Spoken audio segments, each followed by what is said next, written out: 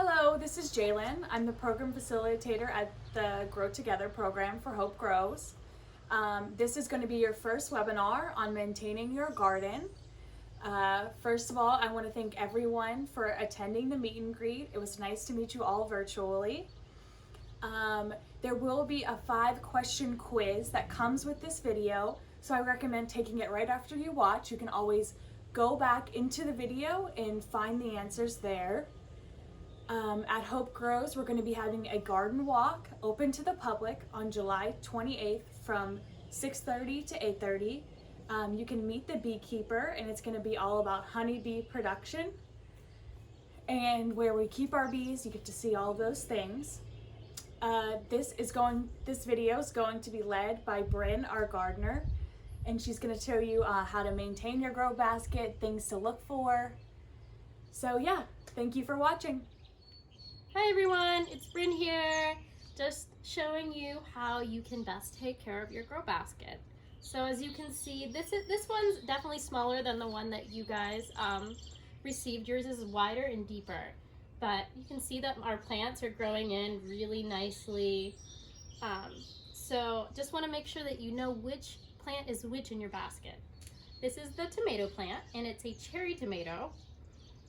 This is basil. This is just normal Genovese basil, so it's a really popular variety. I think this is a yellow onion. This is curly parsley, and this is oregano, but some of you got a different type called Italian oregano, and that's the green kind. But this is a yellow variety. I'm not sure what the name is of that. So again, that's tomato, basil, onion, parsley, oregano.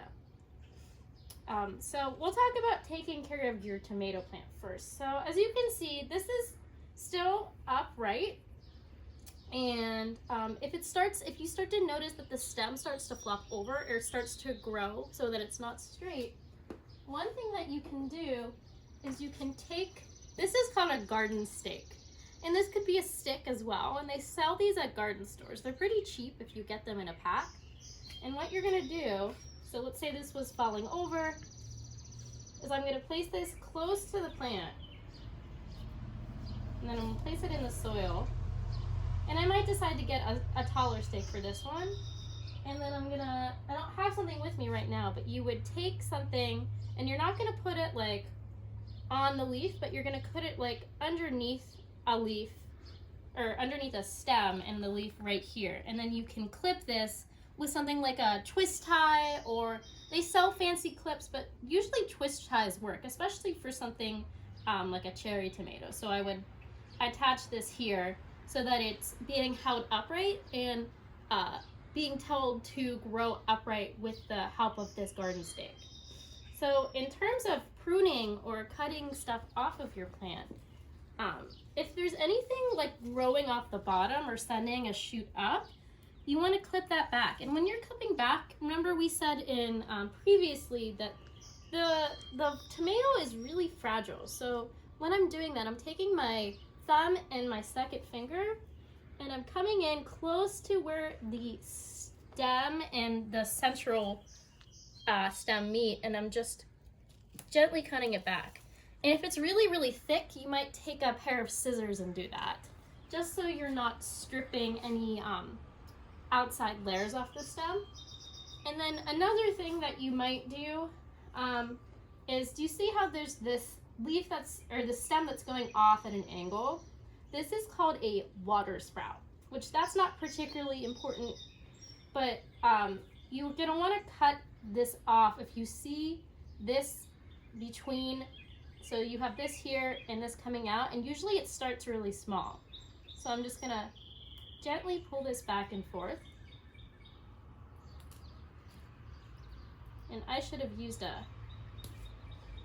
clipper for this, but so more energy will come into the fruit from there.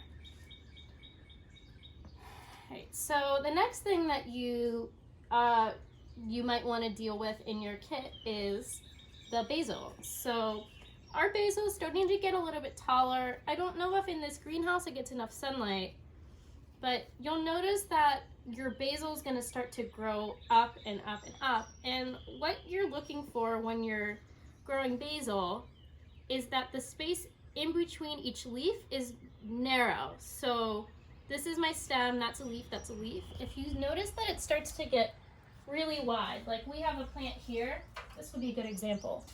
Do you see how the space between this leaf and this leaf is really long and spindly? You want to cut that back. So I'll show you on this basil here. So this is actually doing pretty well. It's getting bushy, which is what you want for your basil.